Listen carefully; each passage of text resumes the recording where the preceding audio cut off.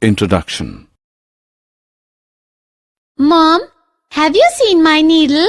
I dropped it right now and I don't seem to find it. I need to finish my craft work. Yes, dear, I'll help you find it. Let's get a magnet and look for the needle. What is a magnet, Mom? How will that help me find my needle? Children, in this lesson we will learn about magnets and their properties. Objectives. At the end of this lesson, you'll be able to identify magnetic and non-magnetic materials, describe the poles of magnets, identify the role magnets play in finding directions, explain the property of attraction and repulsion between magnets. History of magnets. There is a popular legend that leads us to the discovery of magnets, which involves an elderly Greek shepherd named Magnus. It says that Magnus was herding his sheep in an area of northern Greece called Magnesia about 4,000 years ago. Suddenly, the metal tip of his stick became firmly stuck to a large black rock on which he was sitting. To find the source of attraction, he dug up the earth to find magnetite, a natural magnetic material. This type of rock was subsequently named magnetite, which was named after Magnus himself. Origin of magnets. Magnetite is a natural magnet and contains iron. In the later days, this was more widely known as a magnet. A magnet is a substance that has the power of attracting iron. Magnets can also be made artificially. However, the process of making artificial magnets is a recent discovery. Artificial magnets come in different shapes, for example, bar magnet, horseshoe magnet, etc. Types of materials. Now let us look at the types of materials. Materials that are attracted by magnets are called magnetic materials. For example, screws, nuts, bolts are magnetic materials. Materials that are not attracted by magnets are called non-magnetic materials. For example, wool, cloth, bricks are non-magnetic materials. Self-assessment.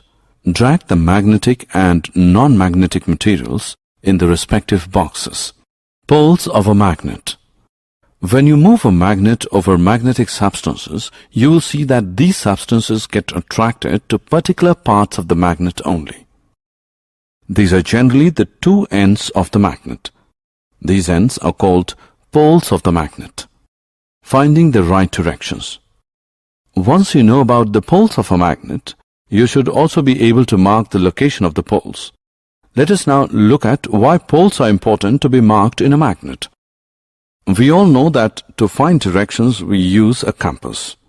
This compass has a needle that keeps moving in all directions, but when steadied always points to the south. This helps us in finding directions accurately. This is why we need to mark the poles of a magnet. Making your own magnet. Let us look at the steps to create your very own magnet. Let's take a paper clip. Use a thick and strong magnet. Move the clip over the magnet repeatedly in the same direction. Perform this step 50 to 100 times. The movement needs to be quick. Now to check whether the magnet is ready, bring a nail close to the clip. If the clip does not attract the nail, then continue the same process for some more time. Keep in mind that the pole of the magnet and the direction of its movement should not change. Attraction and repulsion. Now that you know about poles of a magnet, let us look at the attraction and repulsion properties too. In the case of magnets, when the south pole comes in contact with the north pole, these get attracted to each other. This is better known as opposite poles attracting each other.